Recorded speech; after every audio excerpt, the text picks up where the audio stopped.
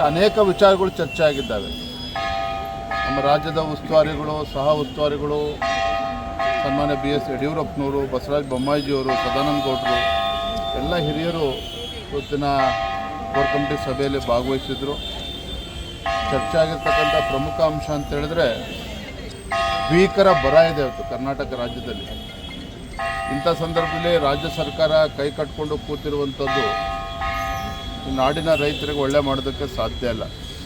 ಈ ನಿಟ್ಟಿನಲ್ಲಿ ಸದನವನ್ನು ಯಾವ ರೀತಿ ನಾವು ಸದ್ಬಳಕೆ ಮಾಡ್ಕೋಬೇಕು, ರೈತರ ಧ್ವನಿಯಾಗಿ ಯಾವ ರೀತಿ ಸದನದಲ್ಲಿ ವಿಚಾರವನ್ನು ಪ್ರಸ್ತಾಪ ಮಾಡಬೇಕು, ಇದು ಚರ್ಚೆ ಆಗಿದೆ. ಅದೇ ರೀತಿ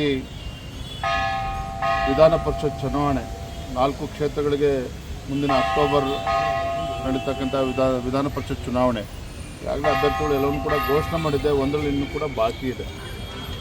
JDS ಜೊತೆ ಇವತ್ತು ನಾವು ಚರ್ಚೆ ಮಾಡಿ ಯಾರನ್ನ ಅಭ್ಯರ್ಥಿ ಹಾಕಬೇಕು ಅದನ್ನು ಕೂಡ ತೀರ್ಮಾನ ಆಗಬೇಕು.